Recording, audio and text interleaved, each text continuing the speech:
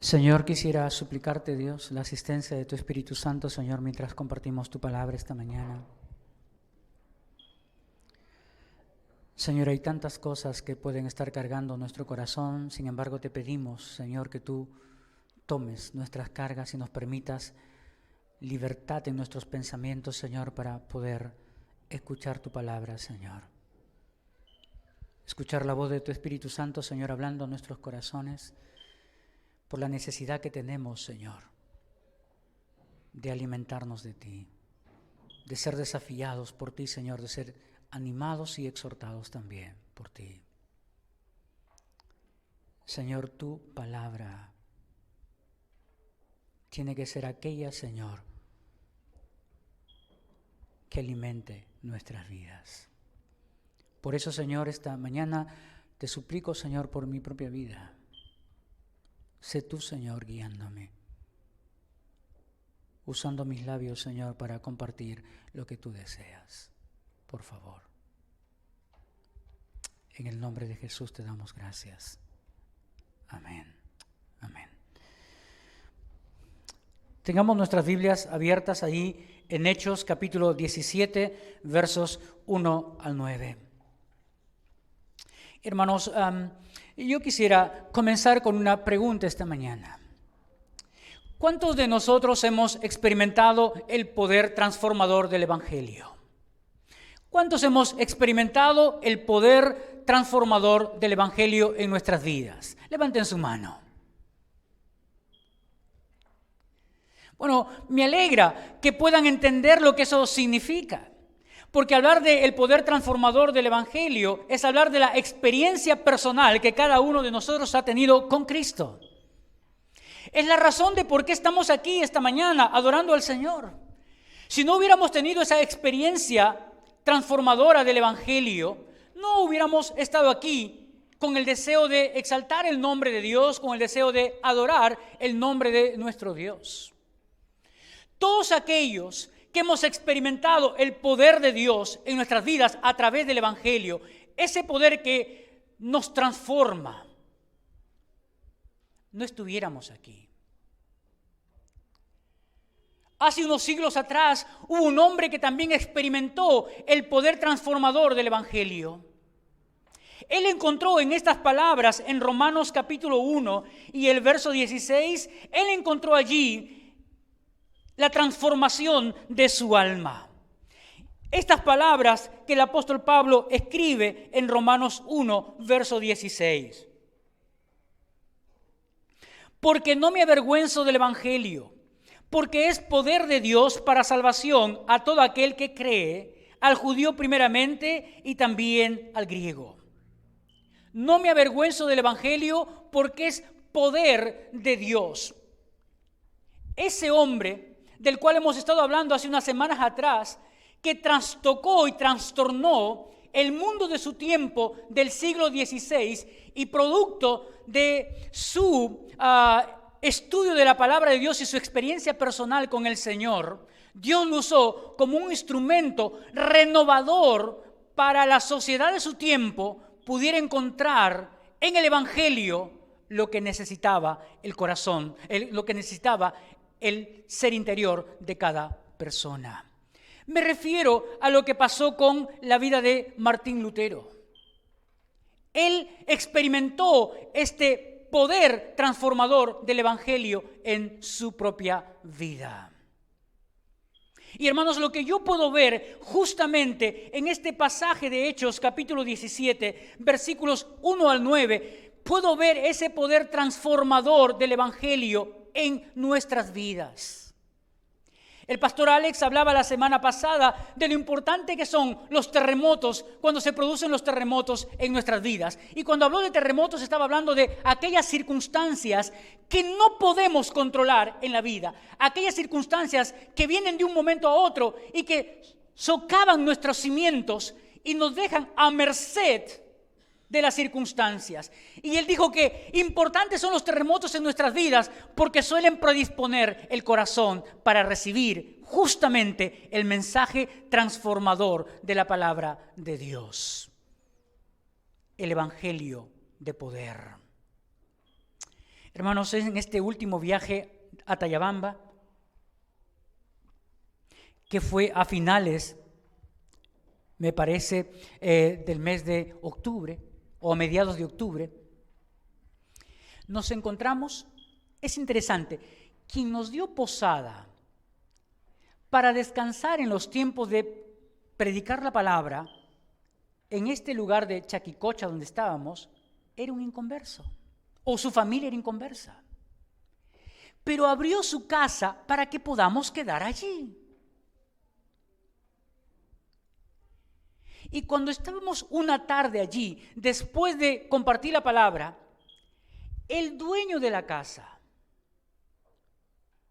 se acercó a nosotros y nos pidió conversar para contarnos su testimonio. Y hermanos, ¿dónde creen que el Señor lo alcanzó con su palabra?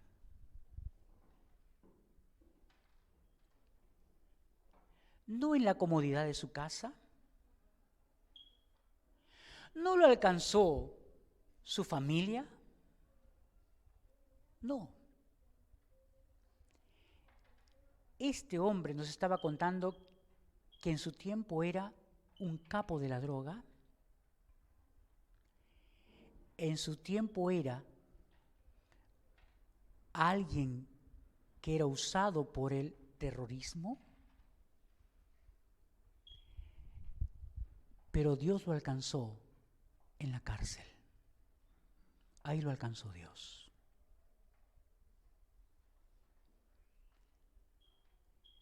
Todo lo que tenía en ese momento, todo lo que había tenido, y tenía negocios, muchos negocios para blanquear su dinero. Y dijo, pastor, cuando yo llegué a la cárcel, nadie, absolutamente nadie, quiso tenderme una mano, nadie. Allí experimenté la soledad. Allí experimenté lo que era deprimirse y lo que era querer morir. Hasta que alguien que yo no conocía vino y me dijo, tú necesitas esto. Y cuando miré lo que me estaba dando, era un libro. Era un libro. Pero no era cualquier libro. Era la Biblia. Y ahí Dios me habló. Y yo ahora, que he salido de la cárcel, que he salido de ese mundo, me buscan para volver a entrar otra vez. Pero Dios ahora es el dueño de mi vida. Ese es el poder transformador del Evangelio. Eso es lo que puede hacer el Evangelio en nuestras vidas.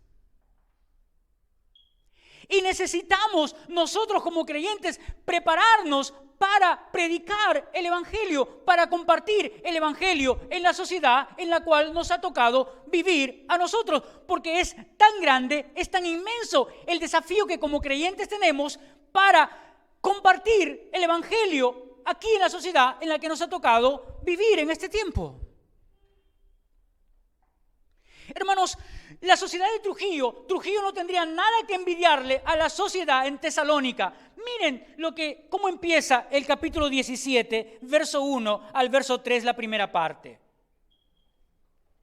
Dice, pasando por Anfípolis y Apolonia, llegaron a Tesalónica. Bueno, habían salido de Filipos. Anfípolis estaba más o menos a 48-50 kilómetros de la ciudad de Filipos. Allí, dicen los historiadores, se quedaron alrededor de una noche descansando en Anfípolis. De Anfípolis pasaron a Apolonia. Apolonia también estaba a unos 50 kilómetros de Anfípolis. En ambos lugares no se quedaron para predicar. En ambos lugares no predicaron la palabra. ¿Sería porque no había una sinagoga ahí de los judíos en los cuales pudieran predicar? No se sabe, pero no predicaron.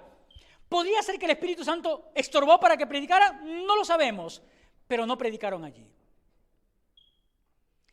Pero alrededor de un día en Anfípolis, otro día en Apolonia y luego salieron para Tesalónica. Tesalónica estaba más o menos a otros 50 kilómetros de Apolonia. Es decir, en total, de Filipos hasta Tesalónica, unos 50 kilómetros de recorrido, alrededor de más o menos 2 o 3 días para llegar a ese lugar, para comenzar allí a predicar la palabra de Dios. Mis hermanos, en ese tiempo solo había caballos o caminabas.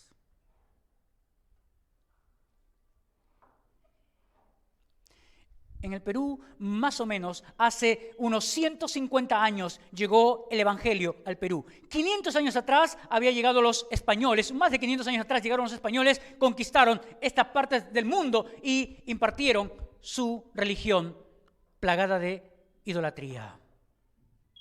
Pero más o menos hace 150 años atrás, un poquito más, llegaron los primeros misioneros cristianos evangélicos para compartir la palabra de Dios, bautistas en su mayoría, desde los Estados Unidos, para compartir la palabra de Dios en esta parte del mundo. La alianza va a tener cerca de 90 años en el Perú, compartiendo la palabra de Dios también con la gente que no conoce al Señor.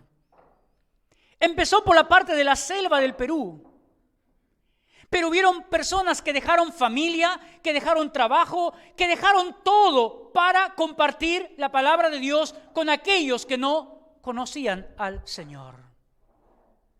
Tremendo esfuerzo, tremendo sacrificio para que nosotros hoy en día podamos ser un país evangelizado,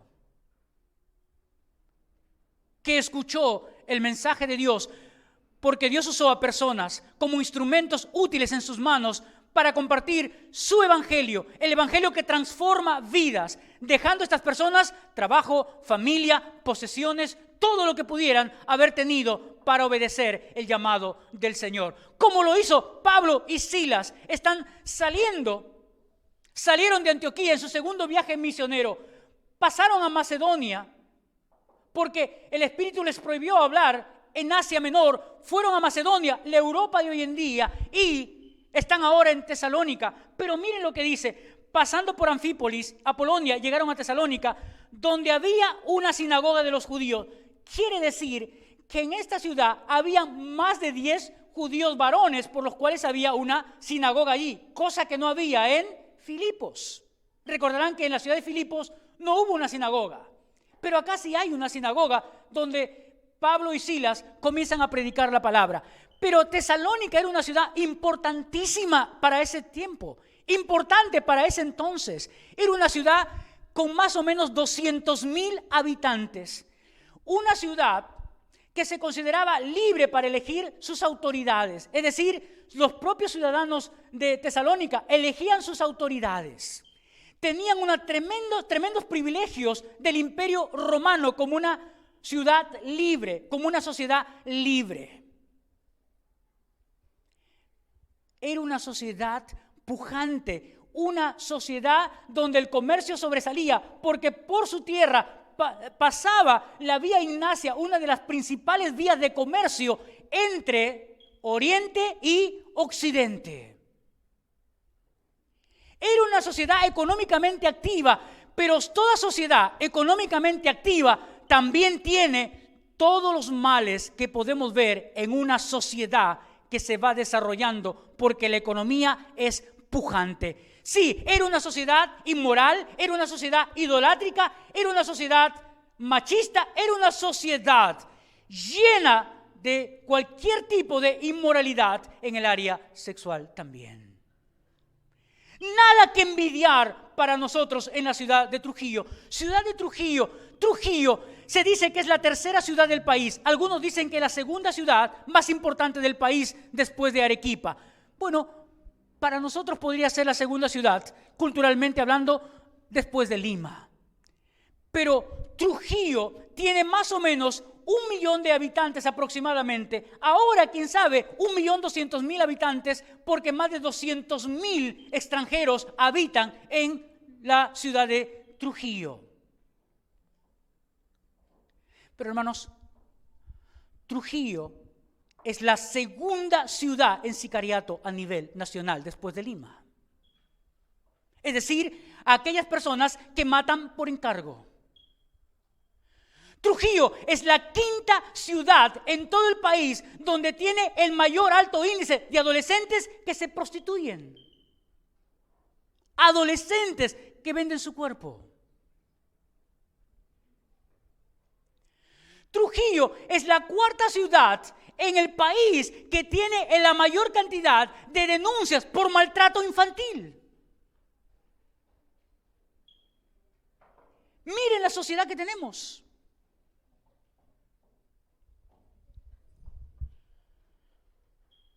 Trujillo está lleno de delincuencia, está lleno de inseguridad. Pastor Alex hablaba el domingo pasado de una persona que por defenderse mató a alguien, que lo encontró saliendo de su casa. Hace 2 días me contaron que una bodega muy conocida aquí en Covicorti también, no asaltaron la bodega, asaltaron la casa y tuvieron como rehenes a la familia por mucho tiempo, mientras vaciaban la casa como si fuera una mudanza.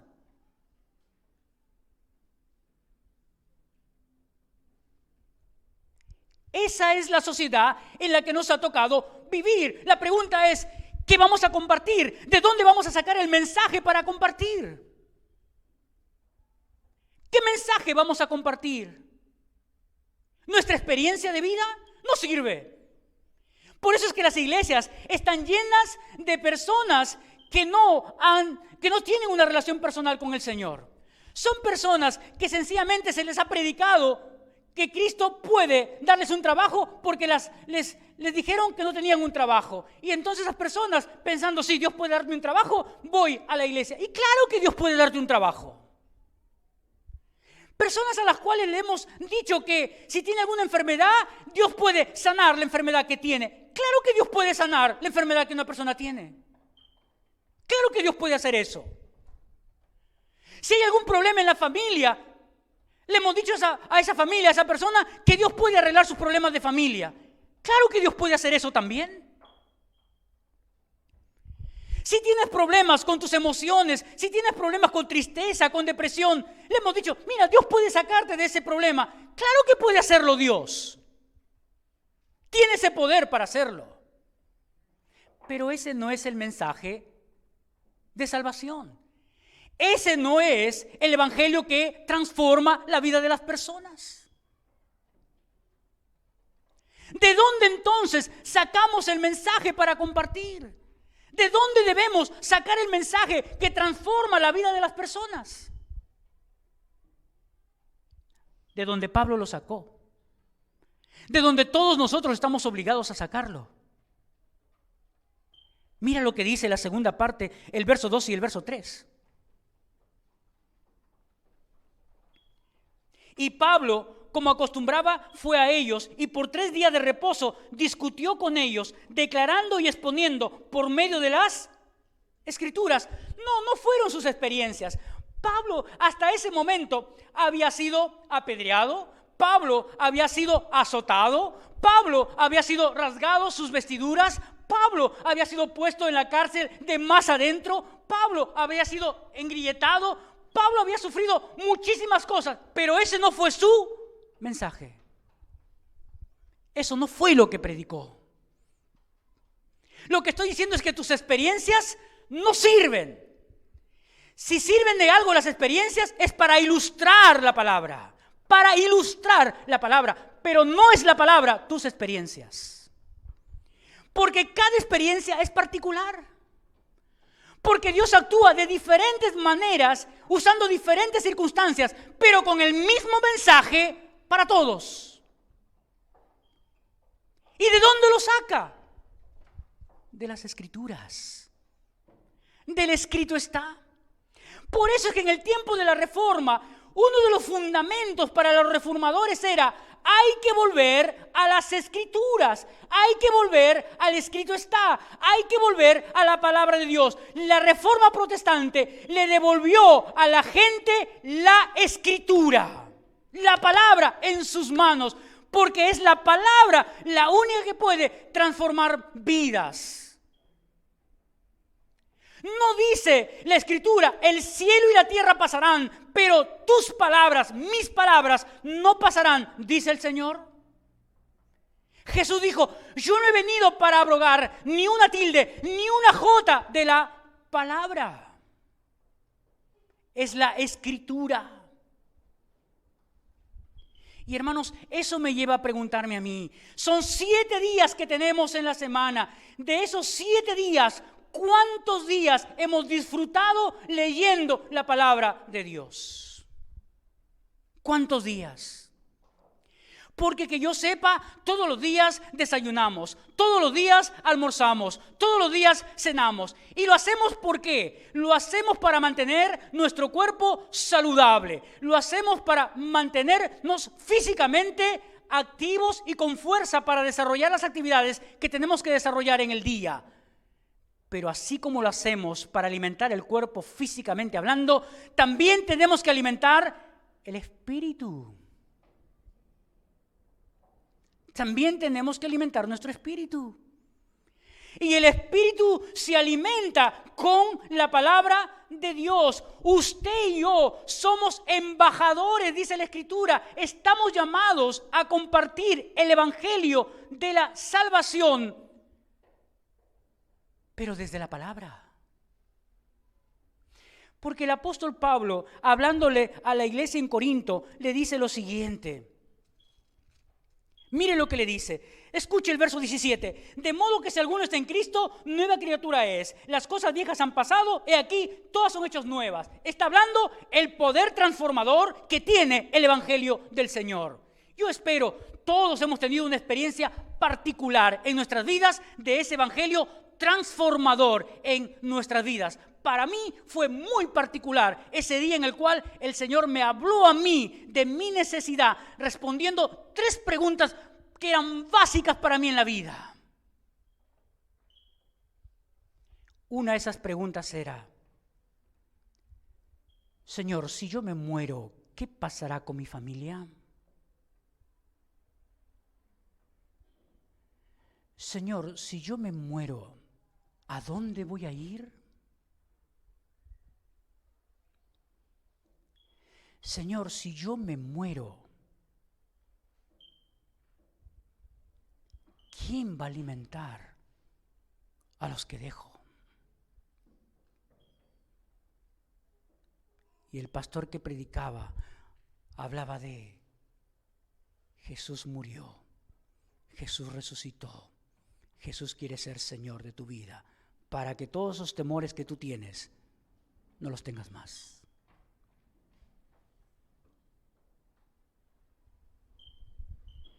Cada uno de nosotros ha tenido un momento particular en tu vida.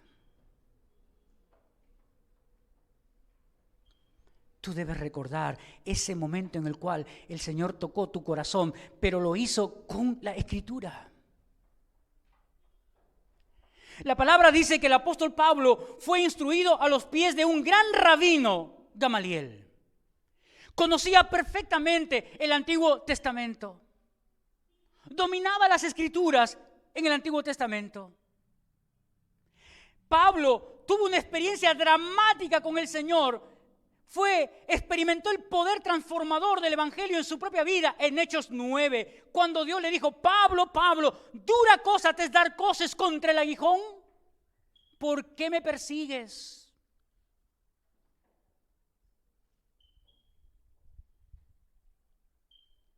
Así que verso 17 enfatiza ese poder transformador que tiene el Evangelio. Pero mira el verso 20. Así que somos embajadores en el nombre de Cristo, como si Dios rogase por medio de nosotros, rogamos en nombre de Cristo, reconciliados con Dios. Es decir, tú y yo en esta semana, ¿a quién hemos sido de embajador? En el nombre de Dios. ¿A quién? ¿Y de dónde hemos extraído el mensaje que estamos predicando? Ahora es interesante porque el apóstol Pablo usa 3 términos muy importantes en el verso 2 y el verso 3, la primera parte. En en el verso 2 usa el término discutió con ellos. ¿Sabes? Es interesante porque la palabra discutir tiene el sentido de dar argumentos racionales sobre un asunto el cual estamos discutiendo. Es decir, dar argumentos que apuntan a la razón, que apuntan al raciocinio sobre un mismo tema en el cual dos personas o más no están de acuerdo. Y seguramente va a ganar el que tiene mayor fundamento. El que puede ser capaz de convencer. Esa es la palabra que se usa aquí para el término discutir. Argumentar entre dos posiciones distintas con argumentos que apuntan a la razón. Pero hay otro, dice, declarando y exponiendo. La palabra exponer en el original significa hacer algo con astucia, con inteligencia, con sagacidad, con prudencia, con sabiduría. Miren todos esos adjetivos que usa para la persona que transmite el mensaje. La palabra declarar tiene que ver con abrir la mente a través de argumentos. Es la misma palabra que se usa cuando Lidia dice que Dios abrió su corazón para recibir el mensaje de salvación. Es decir, la persona que predica la palabra tiene que estar en sintonía con lo escrito está. Tiene que estar en sintonía con Dios. Es una persona preparada, es una persona instruida en la palabra de Dios. Es una persona que pasa su tiempo estudiando, reflexionando y meditando en el escrito está. Hermanos, ¿acaso la sociedad necesita escuchar lo que yo vivo cada día? ¿Acaso la sociedad necesita escuchar mis luchas? ¿La sociedad necesita escuchar mis fracasos? No, la sociedad necesita escuchar el evangelio que tiene poder para transformar las vidas de las personas. Eso necesita escuchar. Y la pregunta es si nosotros apreciamos la palabra de Dios, si apreciamos la Biblia. ¿Aprecias tu Biblia? Me parece que para muchos la Biblia es solo un adorno en casa. Y hermanos, el instrumento útil en las manos de Dios es aquel instrumento que todo lo que dice, lo dice de la palabra. ¿Por qué? Porque la palabra es la única que tiene esta característica. Es como una espada de doble filo que penetra a lo más profundo del ser y que puede ser capaz de discernir lo que hay en el corazón de cada persona. No son mis palabras, tienen que ser las palabras de Dios. Tienen que ser sus palabras. Por eso hay tanta gente confundida. Por eso hay tanta gente desilusionada en las iglesias. Digo desilusionadas en las iglesias, ¿por qué? Porque no se les predicó el verdadero evangelio, porque no se les predicó sobre lo que Pablo predicaba, lo que Silas predicaba, lo que Pedro predicaba. Le hemos predicado nuestras experiencias y nuestras experiencias no salvan a nadie, no transforman a nadie. Y por eso la gente está tan desilusionada, porque piensa que Dios le ha engañado, que Dios le ha fallado. Pero si nos ponemos a pensar, jamás les predicamos el evangelio que es poder que transforma la vida de cualquier persona. Entonces, hermanos, la reflexión para nosotros esta mañana es: costó la muerte de muchas personas que tú y yo podamos tener una Biblia en nuestras manos hoy en día. Costó la vida de muchas personas el que podamos tener nosotros la Biblia hoy en día en nuestras manos. Así que, hermanos, tenemos que preocuparnos por el alimento espiritual de nuestras almas. Porque si no nos preocupamos por eso, no tenemos nada que darle a nadie. No tenemos nada para compartir con nadie. Necesitamos volver otra vez a la Biblia y que nuestras palabras sean lo que la Biblia enseña. Bueno, ahí está la fuente y autoridad de donde el apóstol Pablo sacó su mensaje. Su mensaje no fue un invento de la filosofía, su mensaje no fue una creatividad del apóstol Pablo, su mensaje no salió del contexto social, su mensaje no salió de nada que no sea de la fuente de Dios. Su mensaje salió de la Escritura, porque es la única que tiene autoridad sobre la vida de cualquier ser humano. Pero hermanos, la pregunta siguiente es, ¿y cuál es ese mensaje? ¿Y cuál es ese mensaje que tenemos que predicar? ¿Cuál es ese mensaje que tenemos que dar? Porque hermanos, hablamos de evangelizar el mundo. Hablamos de ir y predicar por todas partes. Nos animamos y nos desafiamos a que la iglesia evangelice. Sin embargo, tenemos que preguntarnos, ¿nos hemos preocupado por conocer las Escrituras? ¿Y cuál es el contenido del mensaje que debemos anunciar? ¿Qué mensaje debemos anunciar? Porque el país se cae a pedazos. Hemos tenido dos marchas gigantescas que tienen su origen ¿en qué? Tienen su origen en la insatisfacción del ser humano, insatisfacción que piensa la va a llenar si el país le va bien económicamente. No, al país no le va a ir bien mientras el corazón del hombre siga siendo como es, lejos de Dios. No.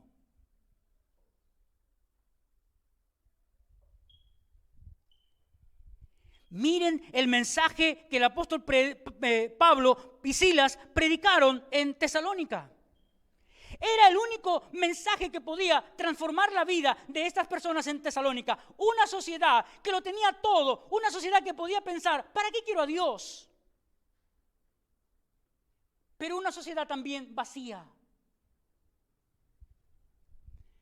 Miren la segunda parte del verso 3, dice, por medio de las Escrituras, declarar y exponer por medio de las Escrituras que era necesario que el Cristo padeciese y que resucitase de los muertos y que Jesús, a quien yo os anuncio, decía él, es el Cristo. ¿Cuál era el contenido de su mensaje? ¿En cuántas partes se dividía su mensaje? Miren, fácilmente uno puede notar 3 partes tenía su mensaje. En primer lugar, hablaba de la necesidad de la muerte de Cristo. En segundo lugar, porque el término necesidad implica allí tanto la muerte como la resurrección de Cristo. Entonces hablábamos de la necesidad de la muerte de Cristo, la necesidad de la resurrección de Cristo, y el tercer punto de su mensaje era Jesús, al cual yo predico, es el Mesías prometido por Dios en el Antiguo Testamento. Ese es el contenido del Evangelio. Ese es el Evangelio que tiene poder para transformar vidas. En primer lugar, era necesario que Cristo padeciese, dice la Escritura. Ahora, ¿sabes el término padecer o el término necesario que Pablo usa ahí? Es un término importantísimo porque hace notar la necesidad de una acción, hace notar que por la naturaleza de la condición del ser humano era absolutamente necesario que Cristo tuviera que padecer. Ahora, hermanos, pregúntate, ¿qué pasaje usaría Pablo para hablarle a estas personas que eran judíos? Judíos eran prosélitos, es decir, personas que podían ser griegos pero que abrazaban los ritos judíos, y mujeres también. La pregunta es, para estas personas, ¿qué pasaje usaría el apóstol Pablo para compartirles de la necesidad de la muerte de Cristo? Sí. ¿Recuerdan ustedes qué pasaje estaba leyendo el etíope cuando Felipe se acercó al carruaje? Dice que estaba leyendo al profeta Isaías. Yo me imagino que el apóstol Pablo conocía muy bien este pasaje de Isaías 53 para notar la necesidad de la muerte de Cristo. Miren, en estas palabras, para que podamos entender la necesidad de la muerte de Cristo, mas Él herido fue por nuestras rebeliones, molido por nuestros pecados. El castigo de nuestra paz fue sobre Él y por su llaga fuimos nosotros curados. Era necesario hablarles de la muerte de Cristo para quitarles a ellos su falsa seguridad. ¿Cuál falsa seguridad? La falsa seguridad que tenían los judíos, que por ser descendientes de Abraham ya tenían la presencia de Dios ganada. La falsa seguridad que al cumplir o al tratar de cumplir la ley tenían la salvación. La falsa seguridad que a través del bautismo o a través de la circuncisión ya eran salvos. Todo eso tenía que destruir el apóstol Pablo hablándole a estos judíos y además decirles, no era necesario que Cristo padeciese. ¿Por qué? Porque el pecado así lo exige. La justicia de Dios exige que el pecador muera. Por eso es que Dios le dice a Adán, del polvo fuiste tomado y al polvo volverás. Y figurativamente, la muerte espiritual quedó registrada en el Génesis cuando Dios, simbolizando el huerto de Edén, la presencia misma de Dios, porque dice que mientras estaban en el huerto de Edén, ¿cómo era la relación de Dios con Adán y Eva? Dice que Dios venía a ellos y tenía comunión con ellos, pero cuando el hombre y la mujer decidieron apartarse de Dios, ¿qué pasó con ellos? Dios los echó de su presencia y puso allí quiciales para guardar la entrada al huerto. Eso simbolizaba ¿qué? Lo que Pablo dice en Romanos: por cuanto todos pecaron, están destituidos de la gloria de Dios, están lejos de la presencia de Dios. El mundo está como está. El mundo está en un caos. ¿Por qué? Porque la mayoría de la raza humana está lejos de la presencia de Dios. Y la palabra dice que para que haya perdón de pecados es necesario derramar sangre, porque sin derramamiento de sangre no hay remisión de pecados. Era el simbolismo que se hacía en el Antiguo Testamento cuando se mataba un cordero para expiar los pecados de aquel que venía para ofrecer un cordero. Hasta que el escritor de Hebreos dice lo siguiente: y no por sangre de machos cabríos, ni de becerros, sino por su propia sangre entró una vez para siempre en el lugar santísimo, habiendo obtenido eterna redención. Y luego dice: y casi todo es purificado según la ley con sangre, y sin derramamiento de sangre no se hace remisión. Era necesario que Cristo muriera por la condición, por la naturaleza del mismo pecado en el ser humano. Ese es el mensaje. Esa es la primera parte del mensaje que tenemos que predicar, hacerle entender al ser humano que Cristo murió en nuestro lugar para pagar nuestros pecados en la cruz.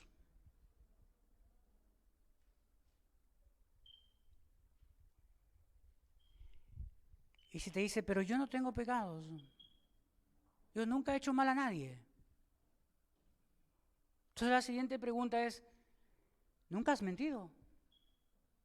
Y si te dice que no, ha mentido pues. O si le preguntas, ¿nunca has tenido un mal pensamiento?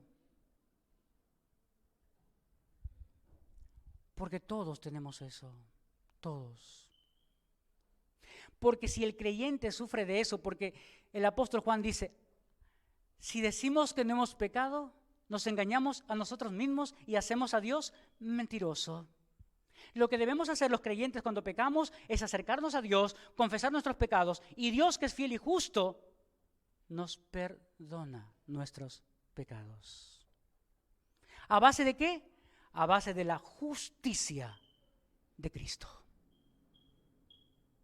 Por eso era necesario la muerte de Cristo, por la condición de la raza humana, por la naturaleza de la condición del pecado en nuestras vidas. Era necesario la muerte de Cristo. Por eso es parte fundamental, esencial del mensaje que tenemos que predicar cada uno de nosotros cuando hablamos a una persona que no conoce a Cristo. Ahí está el poder del Evangelio.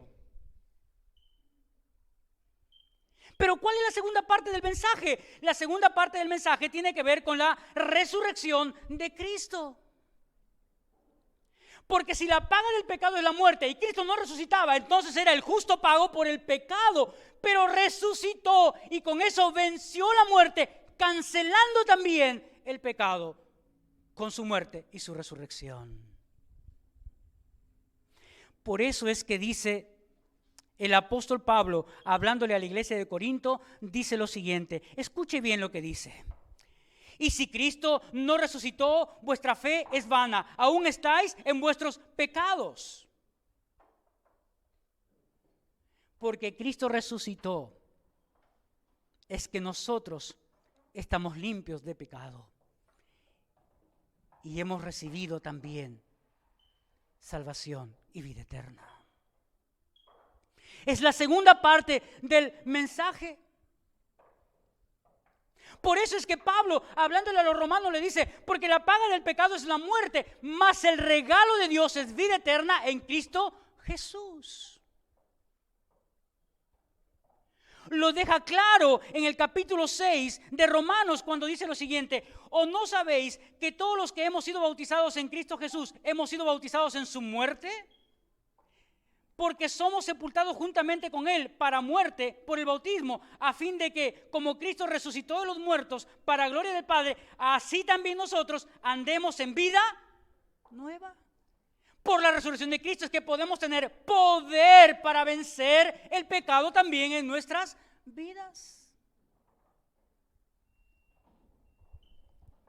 El mismo Señor Jesús habló de su resurrección, dijo frente al templo de Jerusalén, dijo, destruir este templo y en 3 días lo edificaré. Y estaba hablando de su propio cuerpo, estaba hablando de su propia vida, estaba hablando de su propia muerte, pero que iba a volver otra vez a la vida. Jesús, Señor de la vida.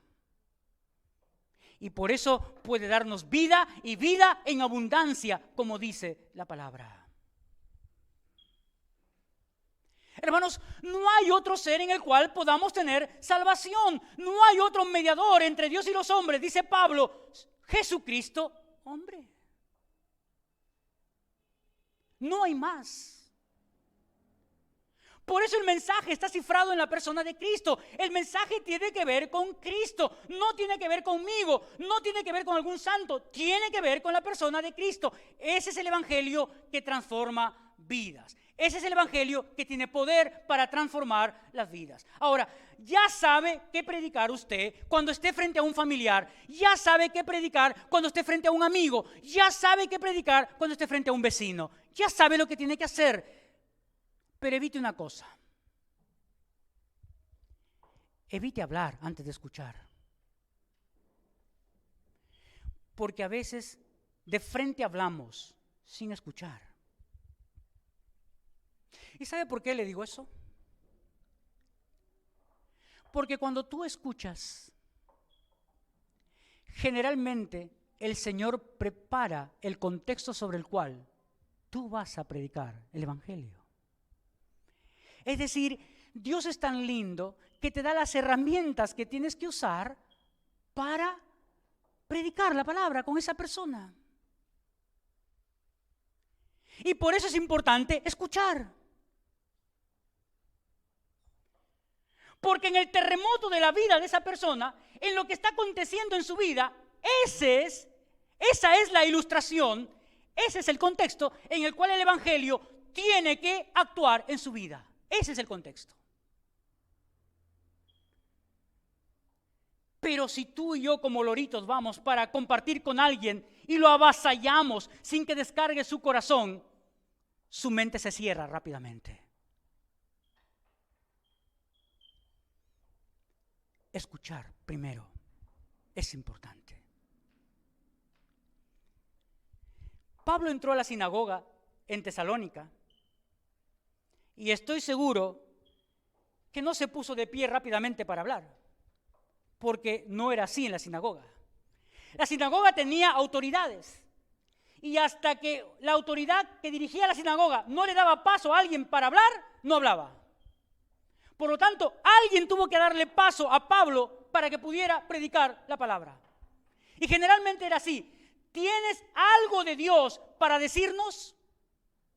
Miren, algo de Dios para decirnos. Porque ese es el mensaje. Nosotros vamos con algo de Dios a decirle a la gente la condición en la que está. No soy yo, porque yo no soy juez de nadie, ni tú eres juez de nadie en la vida.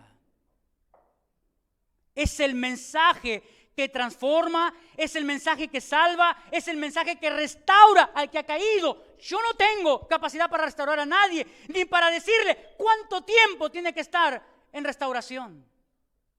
Porque no soy Dios. Es Dios quien tiene esa capacidad de salvar y de restaurar a un hijo suyo que ha caído. Pero no soy yo. La tercera parte de su mensaje tenía que ver con el Jesús a cual yo predico, es el Cristo que Dios ha prometido al pueblo judío como Mesías. Y yo me imagino, ¿qué pasaje usó? ¿Qué cosas habrá usado Pablo para hablar de que Jesús del Antiguo Testamento era el Mesías que él predicaba? Yo me imagino que habló de Isaías 7:14, diciendo, una virgen dará luz, y lo pasó a la vida de Jesús. Me imagino que habló de Isaías 9, de admirable, consejero, príncipe de paz, y habló de eso también. Me imagino que habló de Malaquías también, de Belén, tú, Efrata, pequeña, serás grande. Pero me imagino a Pablo hablando de los salmos. Me imagino a Pablo hablando de los salmos, enfatizando los salmos, como por ejemplo el Salmo 2, hablando de la gloria del Hijo de Dios. El Salmo 40, hablando de la encarnación del Mesías. El Salmo 91, hablando de la tentación. El Salmo 41, hablando de la traición. El Salmo 22, hablando de la crucifixión. El Salmo 69, hablando de la ofrenda por la culpa. El Salmo 16, hablando de la resurrección. El Salmo 68, hablando de la ascensión. El Salmo 45, hablando del Rey. Para que estos judíos pudieran entender que el Cristo que padeció, que el Cristo que murió y que resucitó era aquel Jesús que Dios había prometido desde la eternidad como Salvador del mundo, como el Mesías que venía en nombre de Dios para salvar al mundo. Ese es el mensaje que debemos predicar. Y hermanos, no te amilanes. No te amilanes. Haz lo que dice la palabra. El apóstol Pedro dice que debemos dar razón de nuestra fe a todo aquel que la demande. Defiende tu fe con pasión. No con altanería, no con malcriadez, pero con pasión sí. Tu fe está fundamentada en el escrito está. Nuestra salvación descansa sobre la muerte y la resurrección de Cristo y que Él es el Señor, es el Mesías del Antiguo Testamento prometido como Salvador del mundo. Pero preparémonos para que sepamos qué decir. Hermanos, la clase intelectual, aquellas personas académicas, tenemos que tener la capacidad para hablar con esas personas, para dialogar con esas personas, para dar fundamentos razonables sobre lo que creemos, sobre lo que la Biblia enseña y dice. Yo estaba hace 2 días, no más, quién sabe, 1 semana y media, 2 semanas, explicándole a mi hija menor sobre la teoría de la evolución y sobre el Big Bang.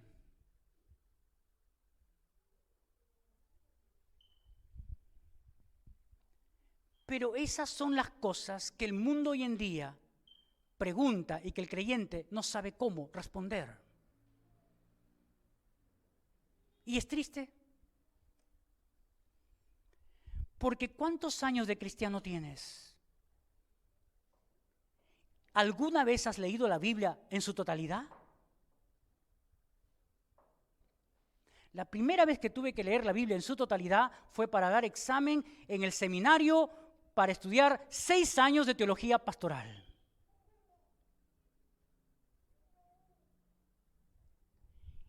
Y ya no sé cuántas veces le he leído.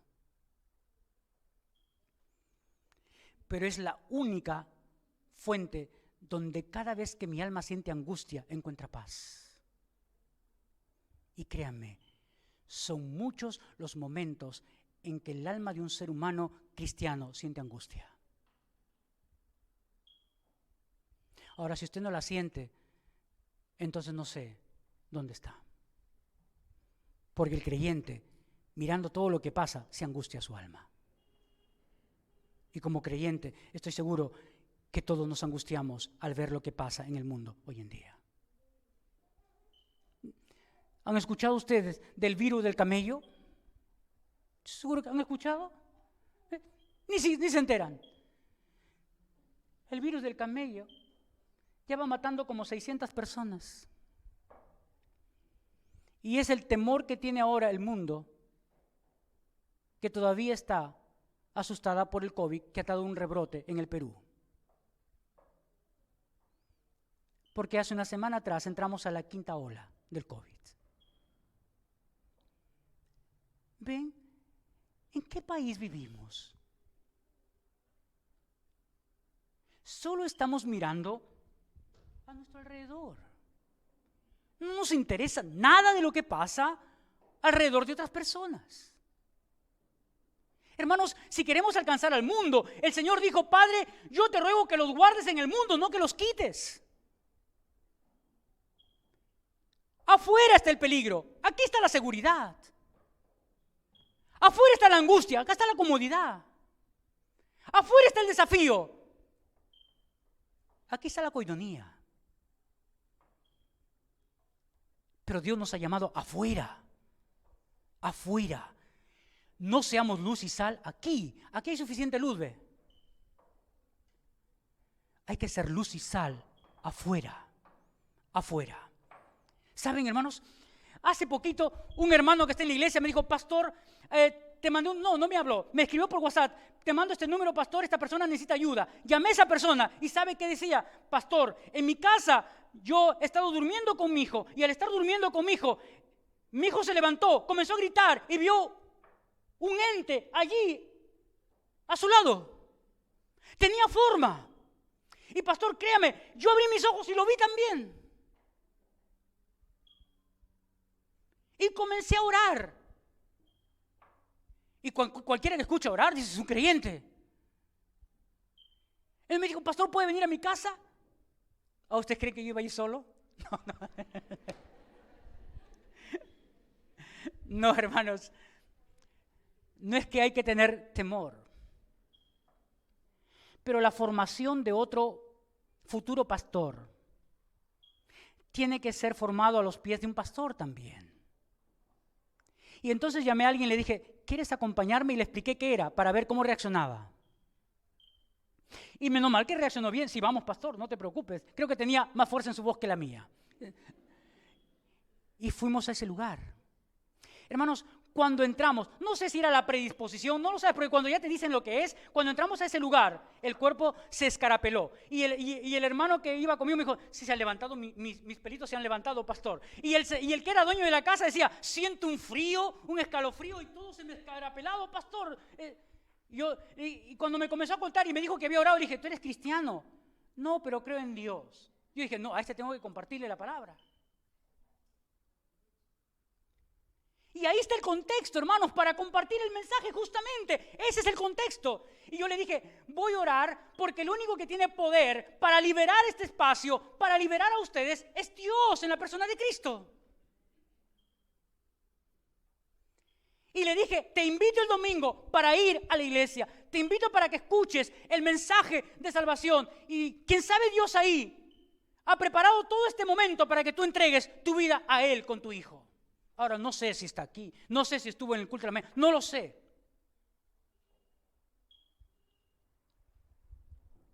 Pero hermanos, eso es lo que nos enfrentamos. La Biblia dice que nuestra lucha no es contra carne ni sangre, sino contra huestes espirituales de maldad. Pero como estamos jugando, ni siquiera lo percibimos. Termino porque si no nos vamos mañana.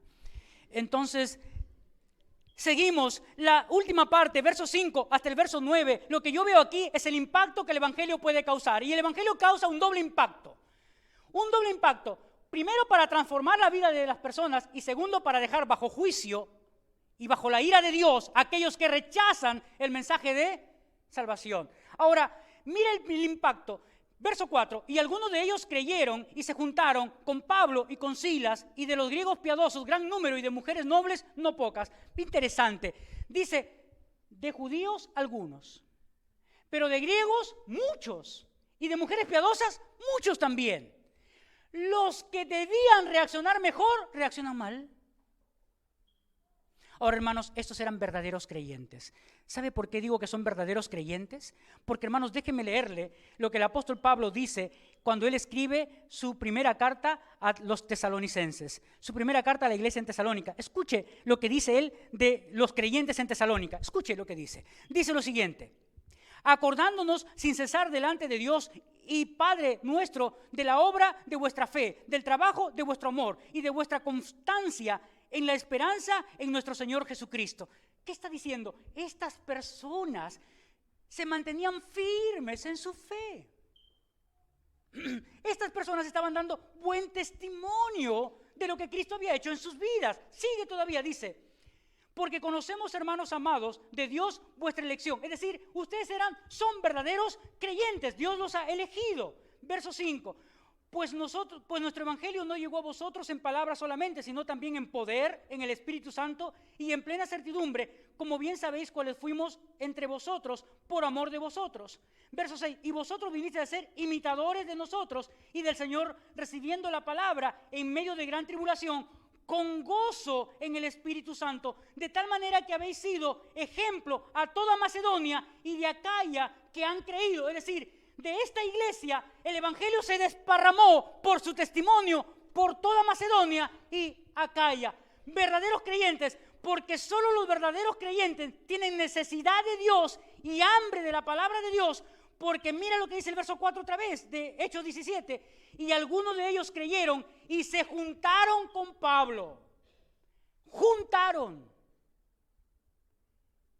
Esa palabra es muy importante, porque habla de la necesidad de estas personas por seguir aprendiendo, por seguir creciendo en la palabra de Dios. Y hermanos, cuánta desidia hay en nosotros por la palabra de Dios.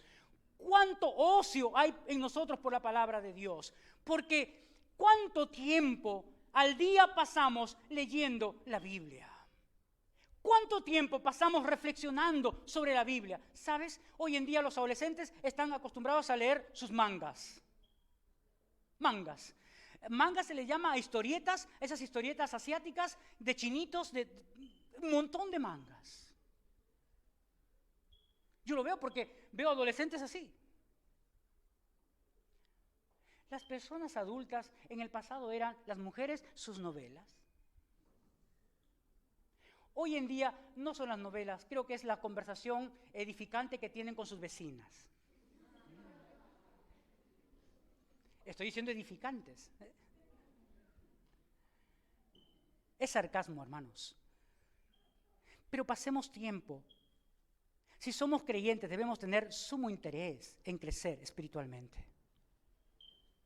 Pero, hermanos, la palabra de Dios también provocó a dejar a otros bajo la ira de Dios. Porque, hermanos, miren, los judíos celosos porque se les iba ¿qué? Se les iba el poder. ¿Se les iba qué? Se les iba sus ganancias. ¿Qué hicieron? Fueron en busca de Pablo y Silas. ¿A dónde fueron? A la persona que les daba hospedaje. ¿Quién era la persona que les daba hospedaje? Jasón. Pero como no lo encontraron ahí, ¿qué hicieron? Los arrestaron. Tuvieron que pagar una fianza para salir de ahí. Pero hermanos, ¿cuál era la acusación? Mira, la acusación en el verso 6. Pero no hallándoles trajeron a Jasón y algunos hermanos entre las autoridades de la ciudad, gritando: estos que trastornan el mundo entero también han venido acá. Mira el poder que le atribuyen al evangelio de Dios. El evangelio trastorna al mundo. ¿Sabes por qué? La palabra enfatiza ¿qué? Poner boca abajo a alguien. Mira, el evangelio que trastorna al mundo. Claro, el apóstol Pablo dice que la predicación del evangelio para algunos es locura y para otros es tropezadero. pero para ti y para mí ha venido a ser ¿qué? La salvación de Dios para nosotros. Si es así, sigamos trastornando al mundo entonces, hermanos. Pero me parece que el mundo está trastornando a muchos ahora. Porque a veces somos como Asaf, queremos tener todas las cosas que el mundo también tiene, incluyendo también sus inmoralidades. Y no es así.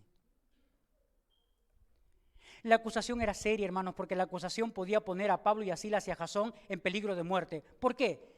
Porque mira lo que dice el verso 7, a los cuales Jasón ha recibido y todos ellos contravienen los decretos de César diciendo que hay otro rey, Jesús. ¿Te imaginas qué es eso para César? César tenía en sus manos la vida de todos. Y lo que estaba diciendo estos hombres era, hay otro rey. Pero obviamente Pablo y Silas estaban predicando al rey que quiere ganar el corazón de todo ser humano, aquel que quiere ser Señor y Rey de nuestras vidas. No tiene que ver nada con el gobierno, no tiene que ver nada con la política, tiene que ver con ser Señor de nuestras vidas.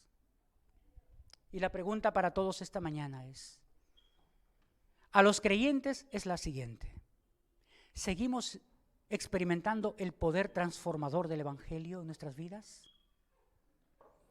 Y para el inconverso es, ¿has experimentado alguna vez el poder transformador del Evangelio en tu vida? Dios quiera que esta mañana a los creyentes el poder del Evangelio siga santificando nuestras vidas. Y a los inconversos que el poder del Evangelio les otorgue la salvación esta mañana. Vamos a orar. Padre, te damos muchas gracias. Te damos gracias por tu palabra, Señor. Tu palabra, Señor, que es viva y eficaz, es más cortante que toda espada de doble filo, que penetra hasta lo más profundo de nuestra alma y discierne nuestros pensamientos, Señor. Ese poder solo lo tiene tu palabra. Por eso, Padre, que tu palabra esta mañana a tus hijos nos edifique. Nos haga ver, Señor, la realidad de nuestro corazón y arrepentirnos y acercarnos a ti de todo corazón. Y a los que no te conocen, Señor, les haga ver su necesidad de ti, Señor. Que el camino por el cual están transitando es un camino que conduce a muerte eterna, que significa separación de Dios para toda la eternidad. Que tú deseas, Señor, que cada uno pueda experimentar vida y vida en abundancia. Haz eso, Señor, esta mañana con aquellos que no te conocen, por favor. Ten misericordia de nosotros, Padre. En el nombre de Jesús te damos muchas gracias, Señor. Amén.